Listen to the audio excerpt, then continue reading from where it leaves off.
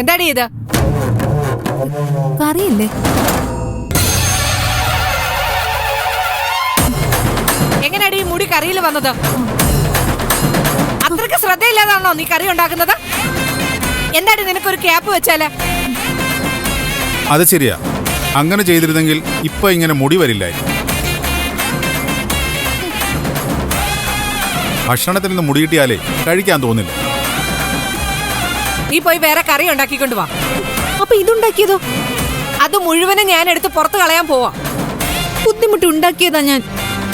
ഉണ്ടാക്കുമ്പോഴേ നല്ലതുപോലെ ഉണ്ടാക്കണം, അല്ലെങ്കിൽ എതാ ഇങ്ങനെ ഇരിക്കും. നിങ്ങളാരും കഴിച്ചില്ലല്ലോ? ഇല്ല. കഴിക്കണ്ട, നിറച്ചു മുടിയാ. എനിക്ക് ഇന്നിനി സമയമില്ല, എനിക്ക് കോടതിയിൽ പോണം. എന്തിന്? ഇന്ന് വിഷ്ണുവിന്റെ ജാമ്യം പരിഗണിക്കുന്ന ദിവസം. നീയല്ലേ കുറച്ചു മുമ്പ് പറഞ്ഞത് വിഷ്ണു നിന്റെ ആരും അല്ലെന്ന്? പിന്നെന്തിനാ അവന് വേണ്ടി കോടതിയിൽ പോകുന്നത്? എനിക്ക് പോണം. കറി ഉണ്ടാക്കിയിട്ട് ഞാൻ ഇന്ന് നിന്നെ വിടൂ. പോയി ഉണ്ടാക്കി. എന്താടി നോക്കിക്കൊണ്ടിരിക്കുന്നേ? നിങ്ങളുടെ തലയിൽ ഇഴുത്തി വീഴും. ഓടി എവിടുന്ന്?